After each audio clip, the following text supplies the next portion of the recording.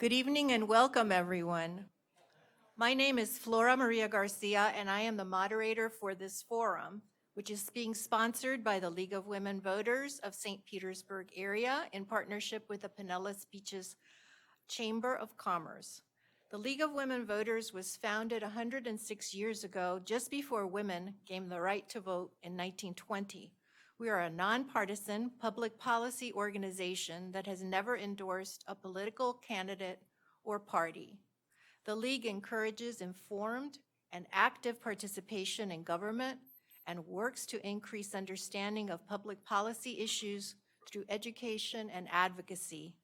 And we have welcomed men as League members since 1974.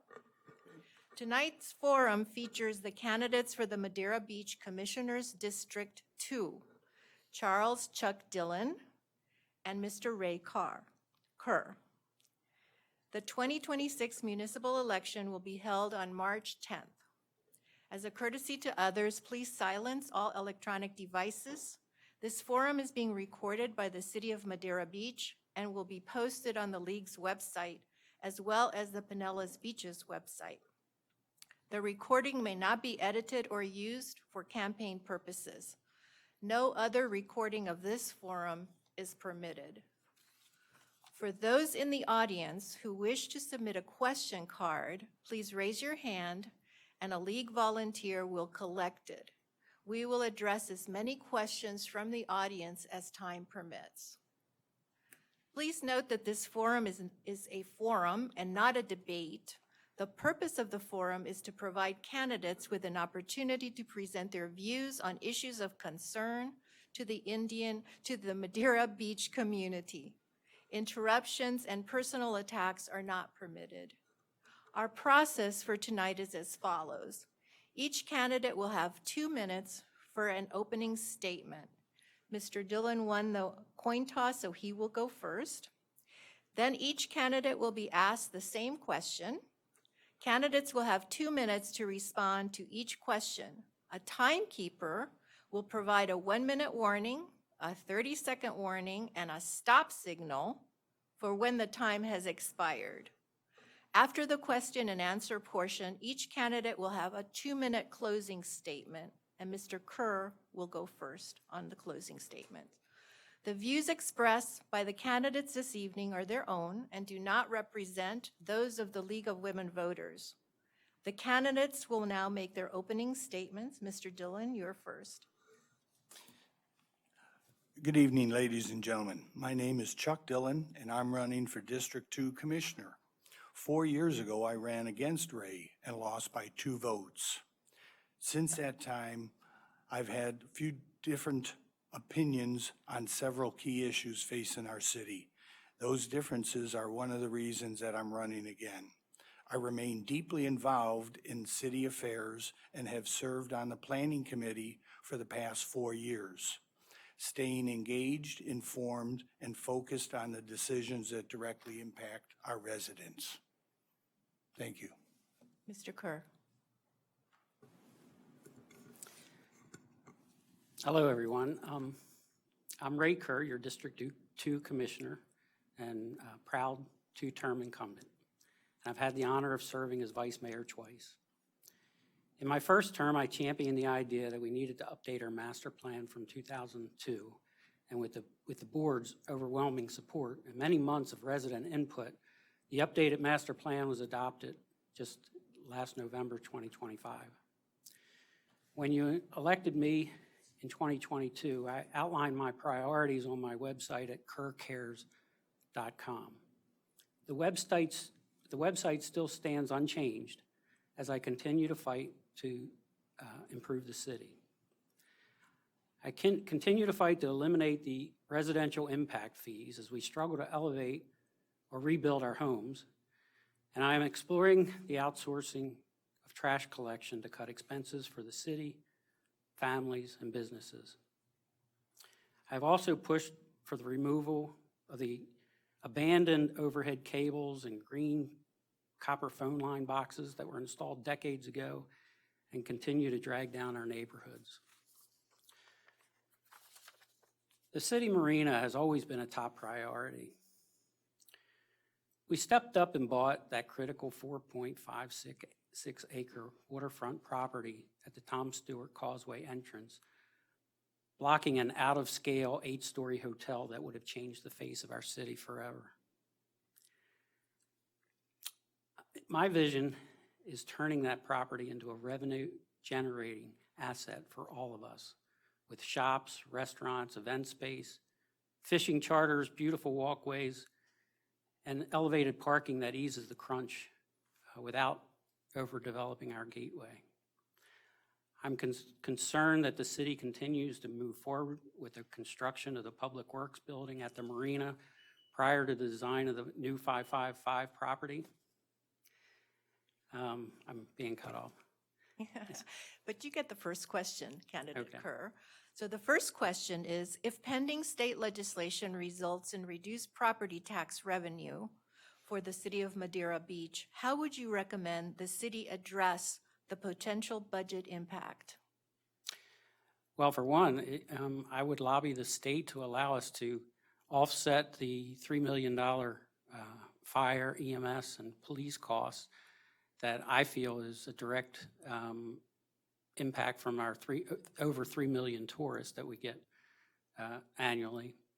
I'd like to see a 1% addition to the tourist tax, and that distributed back to the municipalities that it came from to help offset that burden. I would think that the state would also have some input on sales tax, or they have other things they're talking about to replace the lost funding from the ad valorem taxes. Now you have to remember, they're only talking about the homestead, and one bill even goes further, and it's homestead senior citizens over 65. So nothing's been hammered out yet at the state level, to my knowledge. So it's not like they would take away all of our ad valorem taxes. That, and I want to increase our parking revenue. Parking is our second most revenue generator. And by putting a parking garage at Johns Pass Village and another at our other bookend at the marina, I believe that we'll be able to replace those costs. All right, thank you. Mr. Dillon, would you like me to repeat the question, or are you? If pending Yes, state please. legislation is reduced property tax revenue, if pending legislation results in reduced property tax revenue, how would you recommend the city address the potential budget impact? Well, first of all, the cities do not receive that much of the property taxes.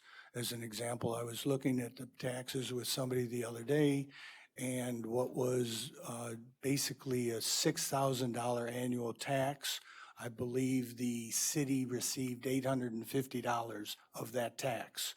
So everybody thinks that the city gets all these taxes, but ultimately, I don't really think that the proportions are that large. Other than that, Ray has the advantage here. He has been on the committee, on the commission, and he sees those numbers more than I do. And if it would take effect, if I am elected, I would get into it a lot deeper and be more involved with it. All right, thank you. The second question is for Mr. Dillon. How would you increase city revenue without raising parking rates? Well, I agree with Mr. Kerr on that in terms of we are looking at right now the idea of building a parking garage down at Johns Pass. That is in the works. And then with the property that we just purchased over here by the bridge, I strongly feel that we need some sort of parking garage and or facilities over there. Many of the people don't want the idea of the parking, but it's something that we made a big investment and we need to get some of that money back. And I don't know about raising the rates at this point. We did raise them, and I would say to keep them similar to what the rest of the beach communities are doing. So staying in line with that, it is our big revenue for the city. So by overdoing it, I don't think that we will gain very much by that. But certainly additional parking is needed majorly. Mr. Kerr, same question. How would you increase city revenue without raising parking rates? Well, I believe our investment in the new property, I'm calling it the 555 property because it's 555 150th Avenue. It's that peninsula at our gateway. It's a responsibility of the board to make that a revenue generating area with leases on restaurants, shops,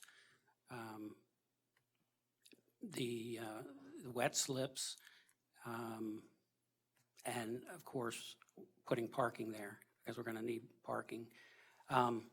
And Chuck hit it on the head. It's not that I don't think anybody wants to raise parking rates, but we want to increase parking spots. So we need that for our businesses. We're in Johns Pass Village, we have for many years, and from prior boards, we're able to do that because we already have $1.5 million in our coffers because of the additional revenue that we've generated specifically for that from on parking. We added an extra 50 cents and put into a special budget for that. So the board is very active, and that's on the parking for Johns Pass Village in the short term. The new property is more of a long-term strategy, but I see with the right foresight and design, we can definitely do that. As I started to mention in my opening, I believe that parking garage should sit where the Public Works building is proposed, and perhaps slide the Public Works building to the opposite side of the property on the south side. I haven't had an opportunity to bring that to the board yet, but that would be my solution to the problem. So following up, this question is for Mr. Kerr on tolls. What is your position regarding tolls on all beach access bridges?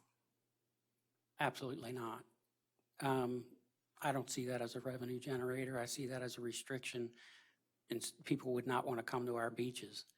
There's plenty of beaches that you can reach, Clearwater Beach, or I mean, you have miles of beach that you can go to. So we need to support our businesses, and having parking at both ends of our city, I think, is terrific, because many of the day tourists would be able to park as soon as they come into the city and not travel through our city. So I think that's a great opportunity, and it's an opportunity for micro-mobility through our city, from Johns Pass Village to Archibald Park, back up to the 555 property. I don't see any reason for tolls. Mr. Dillon, same question. What is your position regarding tolls on all beach access bridges? I agree completely with Ray in terms of there's no need for it. And the big one is Treasure Island is looking to put tolls on their bridges. And if indeed that happens, that's going to make our bridges even that much more crowded. It's a beach community. It's always been that way. And if the state sponsored, well, there's no reason to have it. I mean, in terms of if there's got to be upkeep, it's something that would have to be put into the budgets. And I mean, to the tolls, I just see are very unfortunate.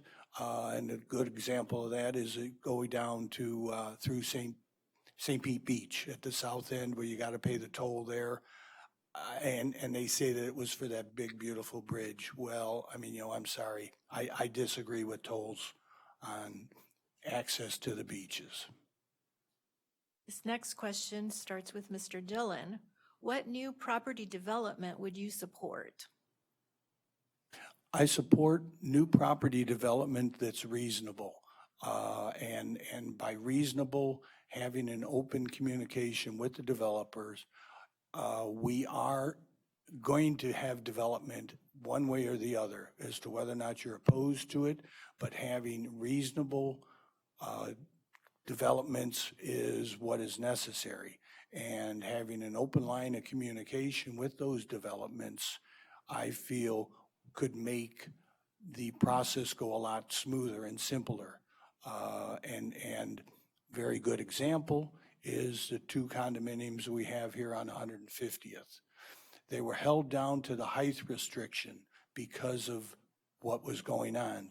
So what you have there is short, squatty, ugly buildings. And now after the fact, if they had given them one more story, nobody would have told the difference between 5 stories and 6 stories. But if they had given them the ability of having one more story, it would have been a smaller footprint and more beautiful. And at least that's my opinion. Mr. Kerr, same question. What new property development would you support? I believe new property development would have to be in the commercial zone, C1, C2, C3, where the density would allow that. In our residential zones, let's keep those as residential properties. Let's keep the restrictions on rentals the way they are in each of those zones. I may get it backwards, but I think the R1 zone is 6 months, and we need to keep it that way. We have families back here. It's not just about the value of our properties and who's in the building and what the traffic looks like. We have families, we have communities. We need to keep those communities. So as far as development, it has to be restricted to the Golf Boulevard corridor, to the Thomas Stewart Causeway, where you already have high density development. I don't think I need any more time for that one. Thank you. Thank you. The next question is for Mr. Kerr. What actions would you take to make the city more resilient? The first thing I would do is have the building department reimagine stormwater drainage. When they're redoing a road, I think Bay Point is up next. They can't elevate it because of the stormwater. If you had parallel stormwater channels, you could elevate it. Just up in Reddington Beach, you have drainage right at the roadway, but not in the roadway on properties. So we need to get to a point where we can start elevating our roads and undergrounding our utilities. It would not only make us more resilient, it would make it a better looking place. Our communities, it would be an upgrade. So as far as resiliency, you know, it's heartbreaking to me that I see all these new homes being built, and they're built at the same elevation that they were, the old elevation. We need to have goals, maybe not restrictions, but goals to elevate our homes. When you tear it down, when you elevate it, that your lowest base level needs to have a goal of whatever that is. Let somebody smarter than I am. Is it 7 feet above sea level? What should those seawalls look like? Should it be 5-foot elevation? I think, in my opinion, in the long term, it'll benefit all of us. Same question, Mr. Dillon. What actions would you take to make the city more resilient? Well, resilient in what way? I mean, that's a very vague question, and that's where I'm sorry Ray was kind of all over the place, but resilient in what fashion? I mean, I'm sorry, I don't really understand what resilience you want of the city. We can go on to the next question, which is Okay. for you, Mr. Dillon. Okay, This is about beach replenishment. Beach communities have faced challenges in completing full beach replenishment projects, such as Kitty Park. What actions should the city take to support beach preservation, public cleanliness, protection of endangered species, and storm resilience? well, first of all, what we've done with the groins is a phenomenal job. And in fact, and that's something that I was talking to one of the staff the other day, and they were talking about how the sand is coming back onto the groins. So we are replenishing our sand, and be it from the dredging that's going on at Johns Pass, but the sand is coming back. And Mother Nature has a way of doing its own replenishment. Many years ago, I said, well, Tropical Storm Debbie sat up in the panhandle for 5 or 6 days and took away our beach. And it was just like we lost half or 3/4 of our beach. That same year, Hurricane Sandy devastated New York.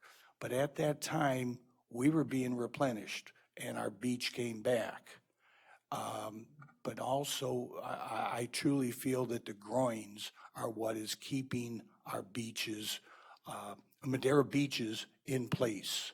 And we have been having those for years, and we have not had to have the government come in and renourish our beach. Thank you. Same question, Mr. Kerr. What actions should the city take to support beach preservation, public cleanliness, protection of endangered species, and storm resilience?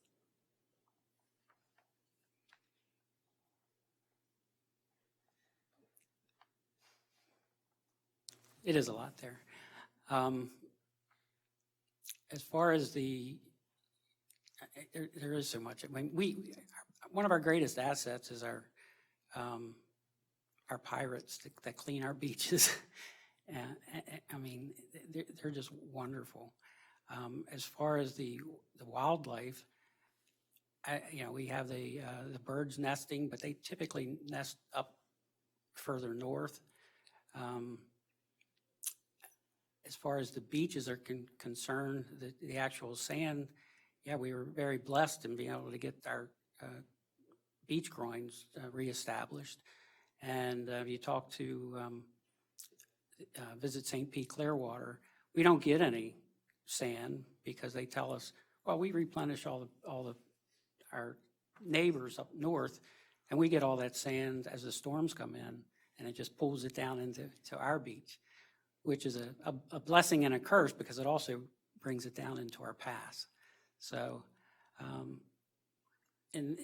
as far as that's concerned, I'd like to see the north jetty at the pass extended. So maybe it'll slow down that migration of sand into the pass, and maybe even extend our little beach area right there at the jetty. So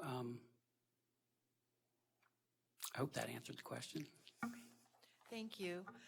And this question is for you, Mr. Kerr, on flooding and infrastructure. Flooding remains a concern for many residents. How would you propose the city prioritize and fund infrastructure improvements to reduce flooding and protect property? And this from the audience, do you have plans to form a citizens advisory committee to plan in the event of another disaster? Well, the city has collected a lot of information from this last storm. So as far as actually reacting to the next storm to try to be ahead of the game, they continue to try to improve that. Mr. Dillon said I was all over the place on the infrastructure piece, but why do we use the roads to collect all the rainwater from all the homes just to bring it to a stormwater drain underneath the roads? And that's the reasoning that you don't want, they won't allow the roads to be elevated if one home is below the center line of the road. There's always going to be one home that's below the center line of the road. So we need to come up with a different plan. So when we replace the stormwater, we need to be able to do it so that if we elevate the road 6 inches, a foot, whatever it is, that we don't, the water doesn't have to run from their home onto the road to make it into a drain, a pipe that's underneath. So hopefully that gave a little bit more clarity in what I'd like to see as far as the city doing. And it's more of a creating goals for our homeowners and allowing them to raise their seawall more than 18 inches above the center line of the road. How did the center line of the road have anything to do with your seawall? You should have a goal of 5-foot elevation, in my opinion. Thank you, Mr. Dillon. Same question. How would you propose the city prioritize and fund infrastructure improvements to reduce flooding and protect property? And the second part of the question, do you have plans to form a citizens advisory committee to plan in the event of another disaster? Can't we take those as two questions? I mean, it seems like, yeah, we're being bombarded with many things and we have a tough time getting through one of them. I mean, and it sounds like we're already having audience questions. So, I mean, so I would think that if you broke those down, the people would have a better idea as to what exactly we're looking at. Then And let's take the flooding question, flooding and infrastructure improvement, and then after that, I'll follow up with the Citizens Advisory Committee question. Okay, well, first of all, we're in a floodplain area. I mean, when people bought here, they should have realized that you're surrounded with water. So there's not a whole lot you can do. And they're saying that, in 10, 20 years, the average water height is going to be 6-8 inches taller. So if you create a bathtub, the water is going to find its own level. So there's no real way of eliminating it. All you can do is try to help with it. Mother Nature is going to do its thing, whether you want to or not. One of the things that we can do as a city is try to help the runoff go quicker. And that is what I believe the process is going on by improving the flow. There's bigger pipes being put in as each of the city and areas are being developed.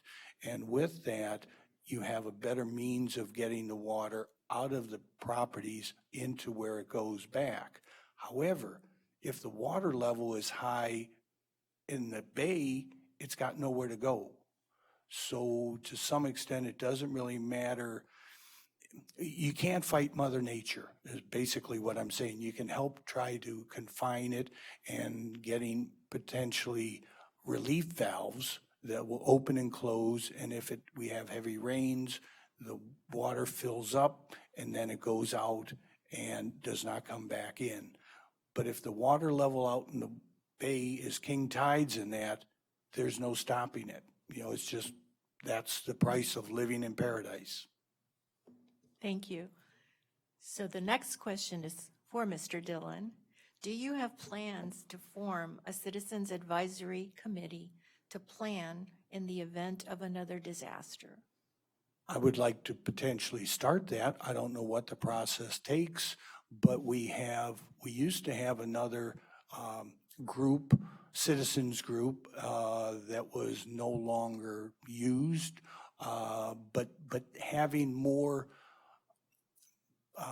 abilities of having the people that live in the city. I mean, I had somebody call me the other day who he and his wife are both engineers, and they would very happily help with the information. And what we have to do as a city, and what I find, is that we have to be able to reach out to these people and get their advice. And that's one of the things I'm big on, is listening to what the people say. And in terms of water and everything, I mean, I'm sorry, I'm going to tell you like it is. I'm not going to promise that we're not going to flood, because if anybody does that, they're blowing smoke. So we're in a water area. So yes, I would like to see possibly, probably more committees formed and have more ideas from different sources. Okay, then, Mr. Kerr, same question. Do you have plans to form a citizens advisory group to plan in the event of another disaster? I don't have plans to form a group. However, I'm open to any group that would like to self-form and bring their expertise to the city, and I would endorse that. I don't know everything. If we have specialists in the city on engineering or anything else, on website design, on a number of things, come talk to the board, present your ideas. I don't think it's going to get very far for the board to actually say, okay, we want to form this committee, and try to drum up people to fill the positions. So that would be my opinion. Next question is for Mr. Dillon. What are your plans to protect the privacy of residents who have tall structures with cameras overlooking private property? Say that again? What are your plans to protect the privacy of residents who have tall structures with cameras overlooking private property? Well, I personally think it's kind of a violation. You should not be able to be spying on your neighbor. And if indeed that is a case, I don't know what the legal ramifications are and everything, but my personal opinion is it's wrong. Now, as to whether or not it is legally wrong, I don't know. But my personal opinion is that's a no-no. Mr. Kerr, same question. I'm sure this has come before the state. There has to be certain laws and restrictions and ordinances on that. I would leave that pretty much to the lawyers.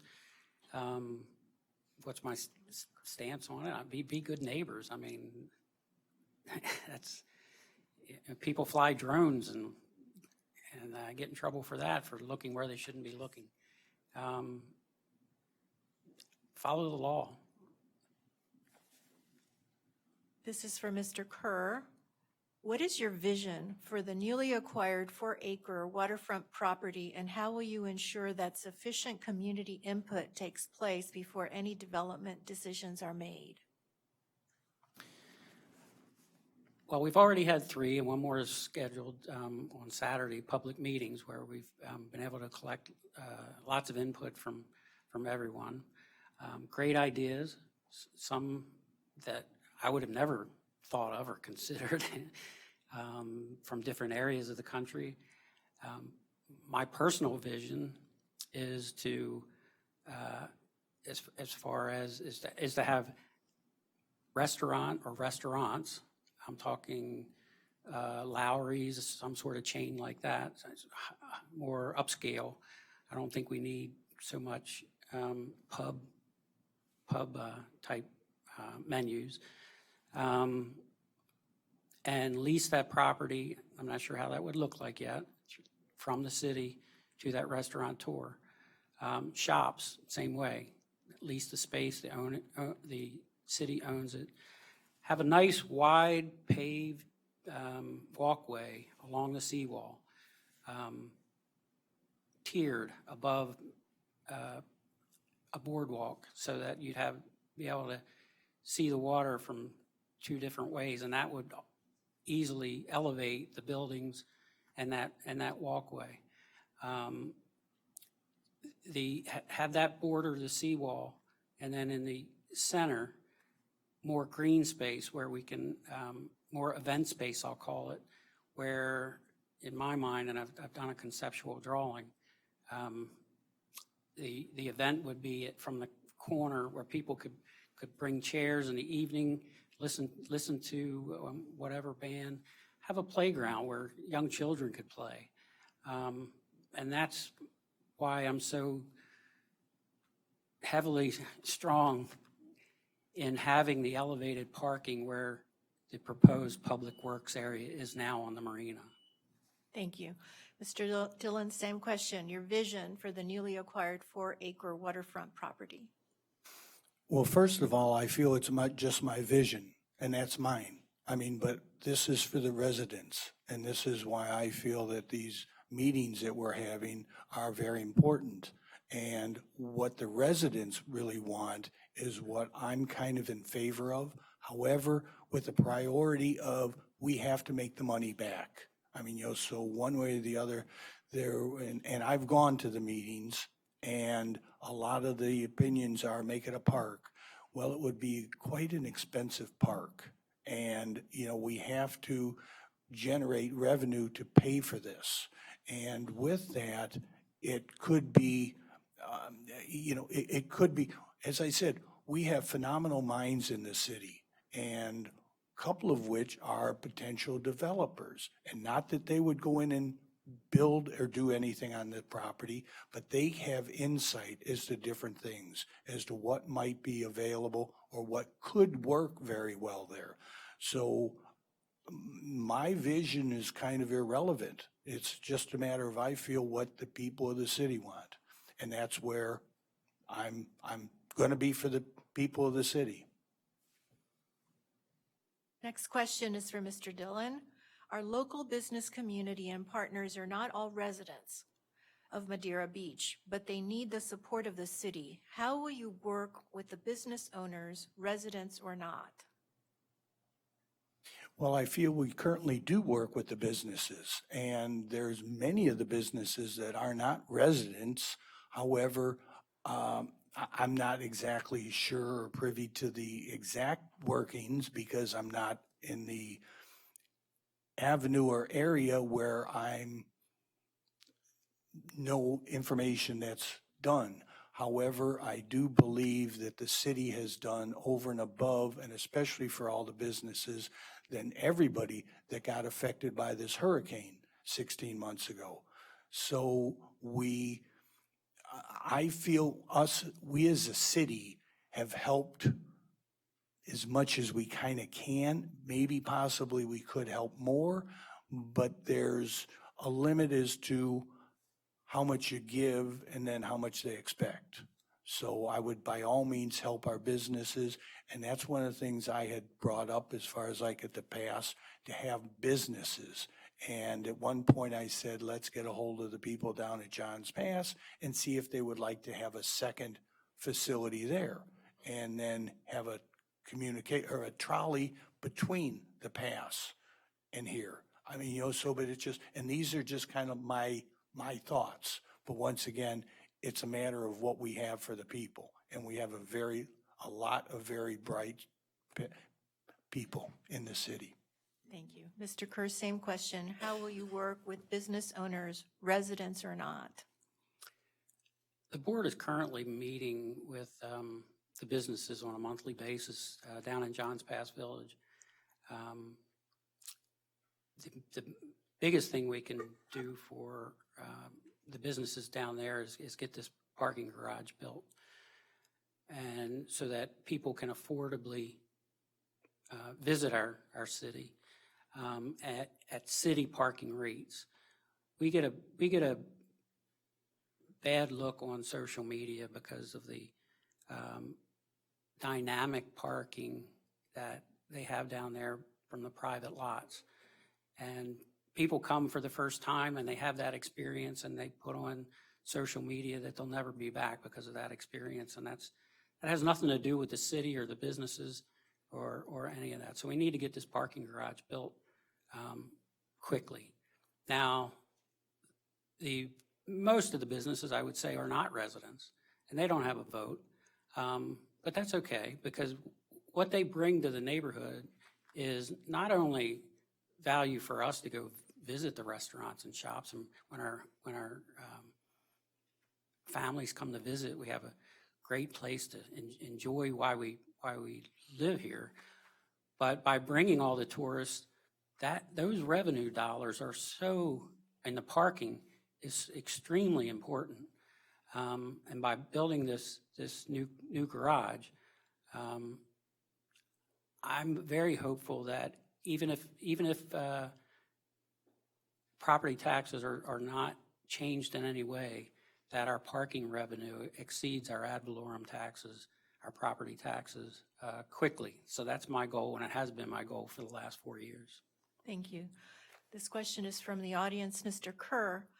Most of the commission meetings drag on for too long because the commissioners are not prepared. How will you show up and be present at commission meetings? I'm very proud of my attendance record. Over 4 years, I think I missed one meeting, and that includes several meetings after the storm where I drove back from Jacksonville Beach here just for the meeting. And as far as being prepared, I believe we're very prepared. I can't control what others do on the board. We do debate items, and that's what we're here for. That's what we signed up for. And I think we had one workshop that was extremely long, and that's probably why we are getting that question. But as far as I'm concerned, that's okay. It's all recorded. You don't have to, if you can't be here, you can watch it in sections, watch it in segments. I don't mind it. The other, we've started to make the meetings earlier so they don't go on as long, but me personally, I'd like to stick with 2 meetings a month, and maybe we limit what's on that agenda and push things into a following month's meeting. But we try to be prepared. We have packets to go through, sometimes very thick, and it's a lot of reading. A lot of it is it's like reading a novel each week, so it can be time constraining. But I think in general we do a pretty good job. Mr. Dillon, same question. Would you like for me to repeat it? Yes, please. Most of the commission meetings drag on for too long because the commissioners are not prepared. How will you show up and be present at commission meetings? Well, in a way, it's a difficult question for me because I'm not a commissioner. I am in the planning committee, and when I go to those meetings, generally speaking, they last anywhere from 2 to 3 minutes to 20 minutes.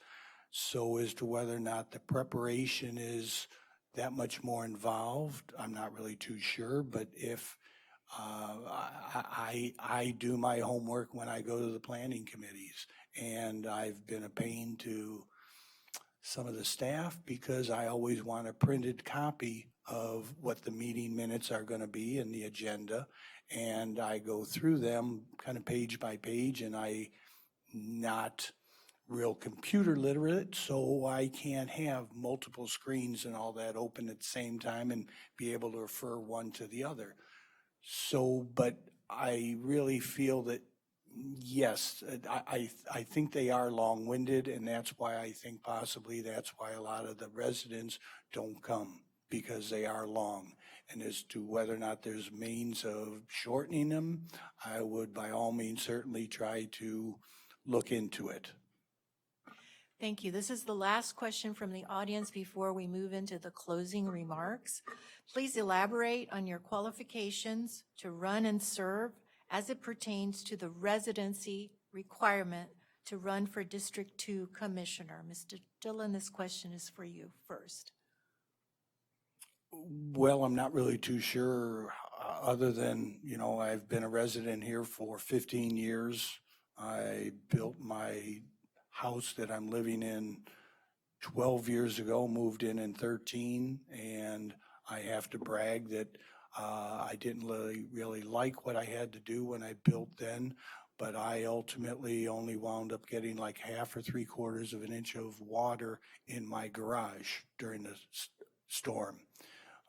My neighbors across the canal got 3 feet in their house. Across the street, they got 2 feet in their garage.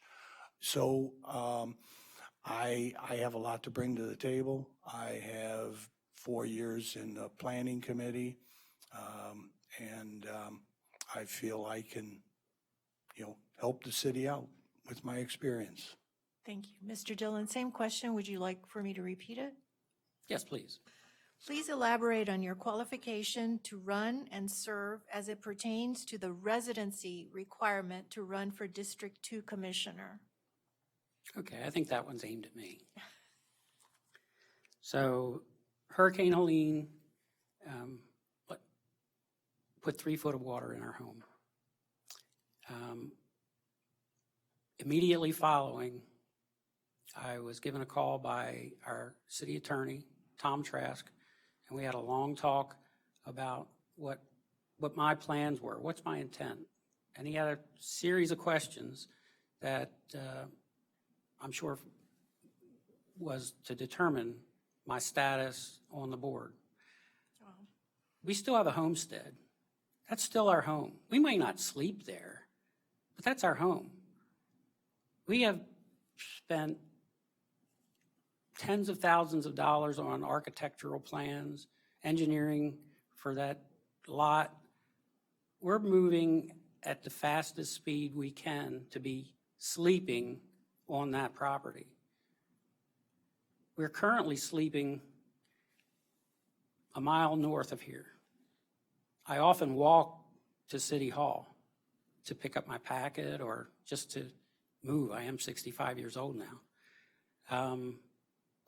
So I'm physically closer to City Hall than I was when I was on Crystal Island. So when I put my name in with the Board of Elections to run, a resident actually put a complaint into the Board of Elections and they took pictures of my lot stating that I don't live here. How can I run? That I falsified my information to run. My home address is still on Johns Pass Avenue, and I take offense to that. So this has all been gone through with the city attorney, and I'm qualified. Thank you, Mr. Kerr. We will now go to closing remarks. Mr. Kerr, you will go first, and then Mr. Dillon. 2 minutes.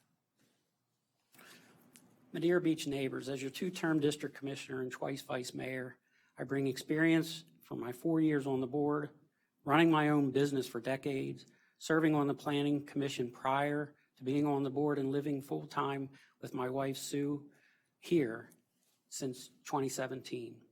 We are rebuilding our home alongside you after Helene and Milton, sharing the same frustrations with power outages, permitting delays, and flood risk. That personal stake sharpens my focus and helps me make informed decisions on budget, staffing, smart growth, and protecting our small town charm in a city that welcomes over 3 million visitors a year without overburdening the locals. My top priorities remain clear. First, post-hurricane recovery and resilience. The city has learned a lot and has updated manuals and procedures in the event of another storm. I'll keep pushing for grants to bury power lines, elevate roads and seawalls, reimagine stormwater systems, and push for lower flood insurance. Our building department does great by providing daily walk-in help, but we need more transparency. Publishing average permit wait times would be a great achievement on our website. Second, turning our historic 4.56 acre Thomas Stewart Causeway purchase into a revenue generator with shops and restaurants, event space, fishing charters, which we'll finally be able to do because we have better parking. Wide paver walkways and elevated parking without putting that elevated parking garage on the site. And we want to integrate that with the adjacent marina property for one cohesive design. On taxes, I support homestead relief for seniors, but cities can't lose ad valorem revenue without a replacement. Let's shift the burden to tourism. Boost parking revenue with new garages at Johns Pass and the marina, and lobby the state to allow a bed tax to cover our $3 million public safety costs driven by visitors. Being cut off again. Thank you, Mr. Kerr. Mr. Dillon, you have 2 minutes as your closing remarks. Okay, well, first, resilience, the capacity to withstand or to recover quickly from difficulties. Well, that is kind of a wide open subject to ask about. Then finally, Ray has been in office for 4 years. If you've liked what he's done, vote for him. If not, vote for me. Either way, please vote March 10th. Thank you. Thank you, gentlemen. Thank you to the candidates for participating this evening and for your commitment to public service.